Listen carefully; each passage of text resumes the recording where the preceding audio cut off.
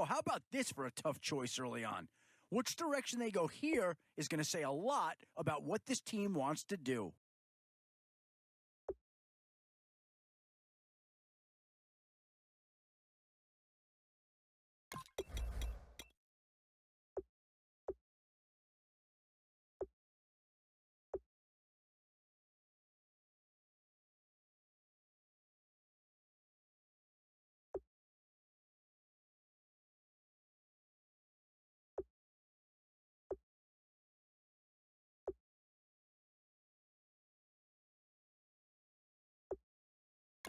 Boy, the skills just leap out at you with this guy.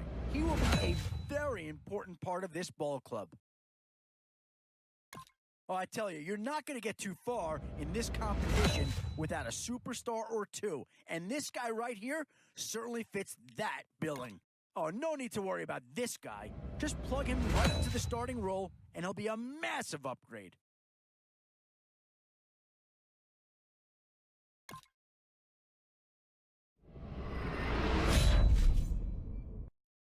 In these middle rounds, you have to start asking yourself, do you settle for what's available now, or do you try him? Does this pick fill a big need?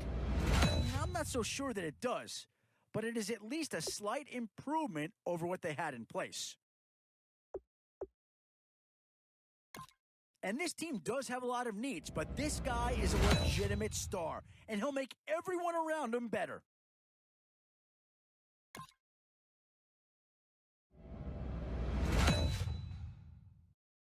Where to now? Do you get yourself a big brute for the trenches, or someone who can really help you out at a playmaker type spot? Definitely some options with this pick. Do you take a skill player here, or get yourself some help up front?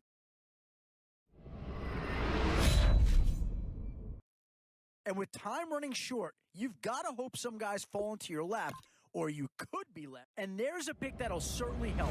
Maybe not an impact signing, but you're not going to hit a home run every round.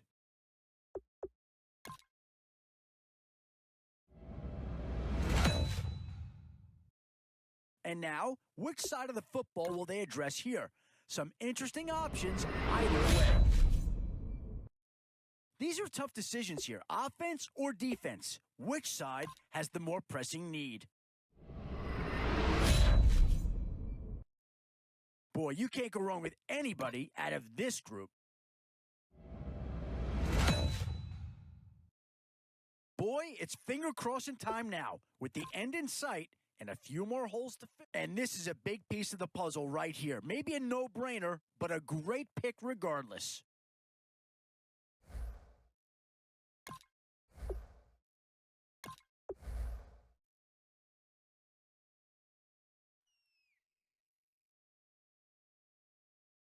Thank you, Larry. So the picks are in. We welcome you to this Draft Champions contest. I'm Brandon Gaudin along with Charles Davis, ready to call the action.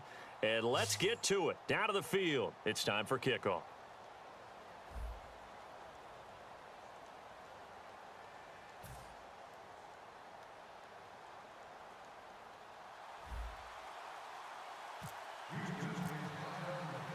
And it's the birth of a new club as we're underway in Draft Champions. This fielded a few yards into the end zone.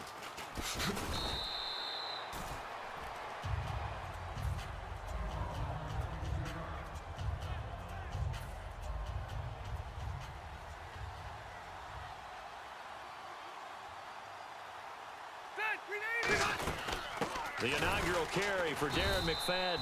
And he will lose yardage on the play, back at his own 19-yard line. It's a loss of 2 there, bringing up second down. Well, there they went blitz defensively, Charles, and things were paved well coming from the linebacker position. I love the way that you described it, paved well. Oftentimes, the guy who gets home on the blitz, he's going to get all the credit.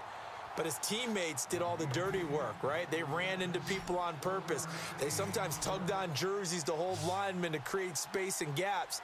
And that play finished off really, really well. Well-conceived, well-designed, and even better executed. Looking for Cruz, and it's intercepted. Picked off by Robert Alford.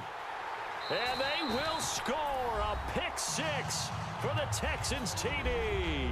And the defense could not have written a much better script than that first drive, pick six. The offense never got a chance to really get oiled up there, did they? But the defense, they certainly got in gear. What a big-time play and a great way for them to start. And now the offense, they've got to turn things around and figure this out because your backs are on the ground real quickly. Yeah, usually when you're starting the game getting the ball, 0-0 is the only score you're worried about. Now the second time you get it, you're already down a touchdown. And Denver getting set to take the field.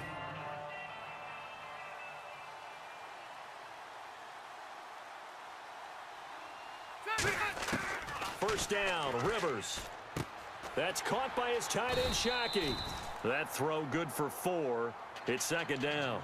There's a completion to the tight end, and I think that we're looking at something out of central casting, frankly. Absolutely. I mean, size, the hands. The speed. I mean, can flat out run. You put that whole package together, you light up the eyes of an offensive coordinator, don't you? Over the middle, that's complete to McCaffrey. And now look at this. Big gain, but a fumble. And they get the football. They'll set up shop at their own 49-yard line. We have seen this before, and we know coaches preach about this and work on it all the time. Catch the ball. You know there's going to be some traffic somewhere. They've got to put it away and secure it as they try and get downfield. And he'll be hit as he releases it, and that'll fall incomplete. So 2nd and 10 here.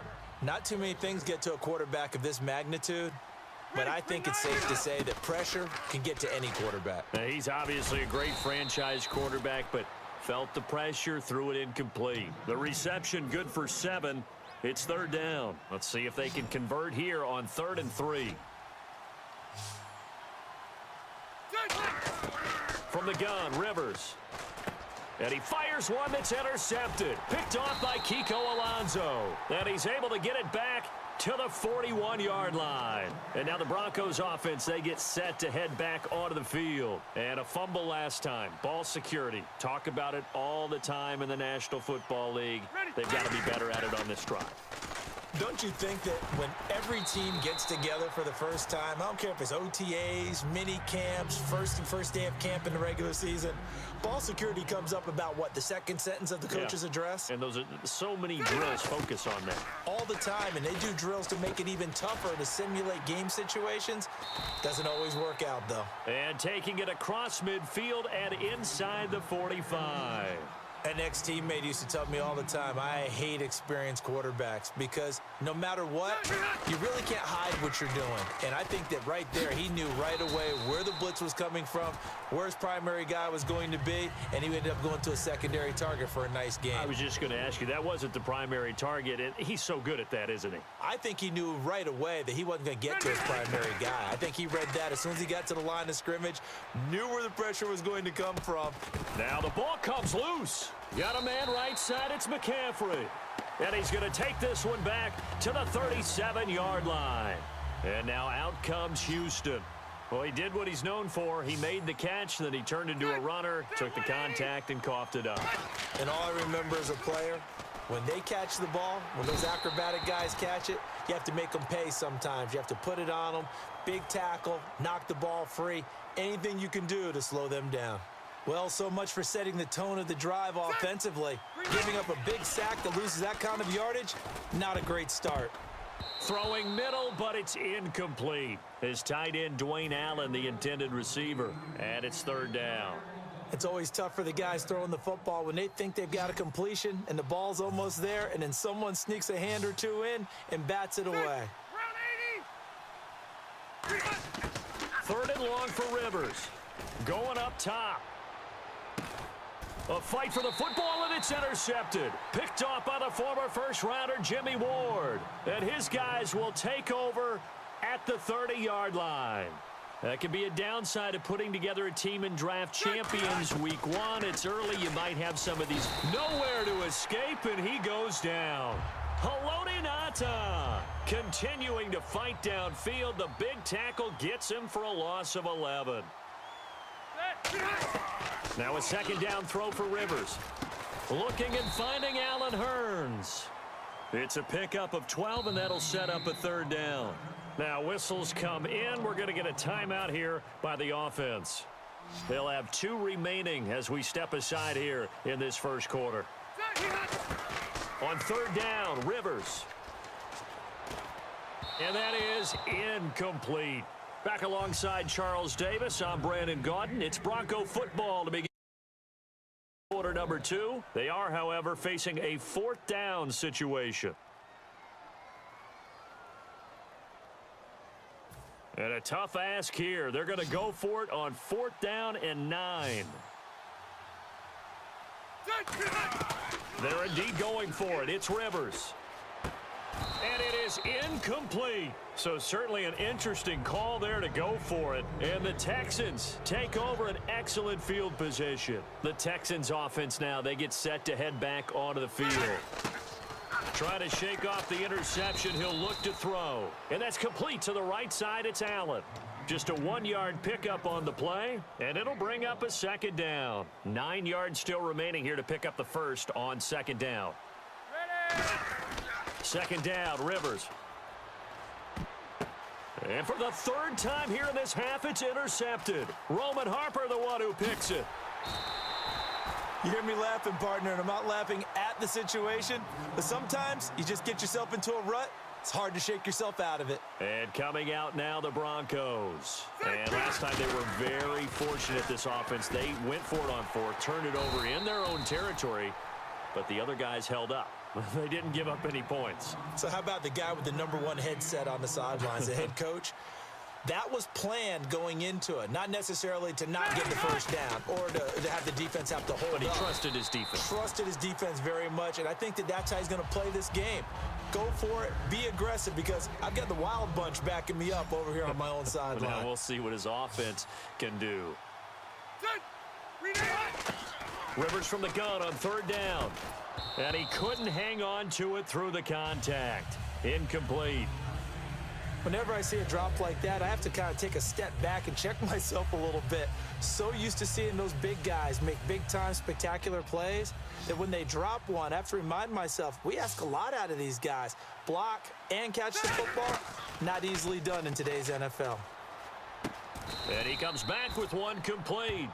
Boy, a curious decision to go for it doesn't pan out, and the Texans take over an excellent field position. Hey, here we go. 390. The former Indiana Hoosier here, Tevin Coleman. And he'll fall forward to the 29-yard line. 2 yards on the pickup there. It'll be 2nd and 8. Yeah, that wasn't a big run, just a short one there. But guess what? Sometimes you treat it like boxing. You throw that jab out there, and you throw it again, you throw it again, then you come with a big punch later. Maybe they're just trying to set them up. Now Rivers drops it off for Coleman. A gain of 4 on the play, and all of a sudden here, it's 3rd down. So still in search of the first down after that last completion. 2 minutes to go here in the first half. We'll come back to Tampa after this time. 4th time today. Roman Harper, the one who picks it. And Denver getting set to take the field. And this offense last time turned it over, went for it on 4th, didn't get it. They're lucky, though, because no points against the team on the board, but we'll see how they respond. Yeah, they've got to get a lot of credit to their defensive teammates, don't they? They had their backs on that last series, and because they did so, that allows the coach to still stay aggressive on offense and maybe go for it again in a similar situation. I was going to say maybe makes that offense. Looking for Hearns, and it's intercepted. Picked off by Marcus Gilchrist. And they'll have a short field to work with inside the 15 at the 13-yard line. And now out comes Houston.